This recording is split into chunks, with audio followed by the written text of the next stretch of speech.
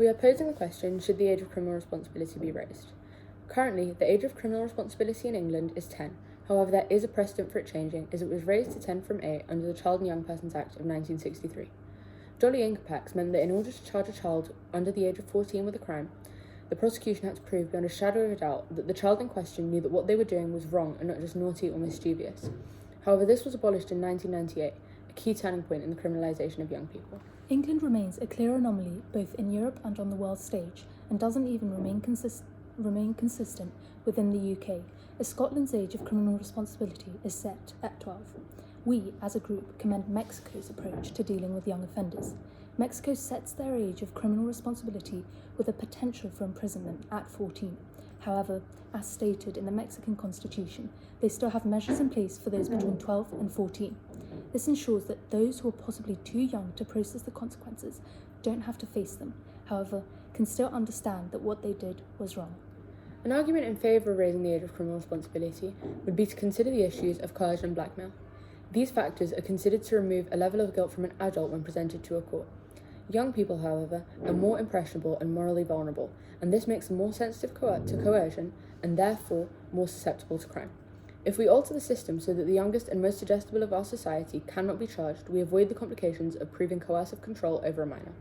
UCL's Baby Lab experiment tracked the response of babies and toddlers to basic good and bad scenarios. The children repeatedly showed a greater interest in the good character blocks. This proves that even those as young as pre-verbal infants hold a recognition of good and bad, and therefore children must be aware of the moral value of their actions. This makes them guilty for their crimes, as they clearly hold a level of moral maturity despite being deemed psychologically immature. We are now introducing a case study to show opposing sides of the argument. Gina Hayes is a 12-year-old girl in youth court for minor theft. She did not realise it would come to this, and her friends were encouraging her behaviour. She has no previous record of criminal activity and is deeply remorseful. Under current UK law, Gina would be punished and given a criminal record, something she would have to declare upon applications for jobs in the future and may be called upon to discuss when applying for university. On the one hand, because Gina was aware that her actions were wrong, she deserves her punishment, and her criminal record will serve as a lasting reminder of her wrongdoings to ensure that she does not reoffend.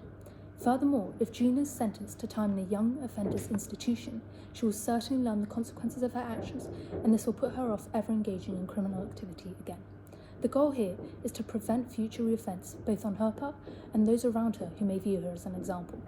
The best way to do this is to punish her to alter her blasé attitude towards criminal activity so that she is firmly aware of the consequences should she ever commit another crime. On the other hand, the fact that Gina could not understand the consequences can be shown to prove that she is perhaps too young or too immature to have to face said consequences. Statistics investigated by The Guardian show that over 40% of children who attend youth court reoffend within a year, and that number rises to 71% for those sent to youth custody. Criminalising Gina makes her more likely to reoffend than to prevent future crime. Furthermore, any job opportunities in her future will be severely diminished as she is required to declare her criminal record to any potential employers. The issue lies in the fact that while she is entirely aware her actions were wrong, she has not experienced enough of the world to fully process the consequences, and therefore the result shifts from rehabilitation to futile punishment that is more likely to disillusion a young person than to correct their mindset. Our group firmly believes that we must raise the age of criminal responsibility in this country. We propose a system in which the age of criminal responsibility is raised to 14. However, alternative measures are put in place for those above the age of 10. We suggest that children between the ages of 10 and 14 are not held criminally responsible, nor will they receive a criminal record, but will undergo compulsory lesson-style sessions on what the consequences will be for repeat offenders. The biggest concern in terms of raising the age of criminal responsibility is that children never grow to understand the seriousness or the consequences of their behaviour. However, we believe that our proposed solution combats this.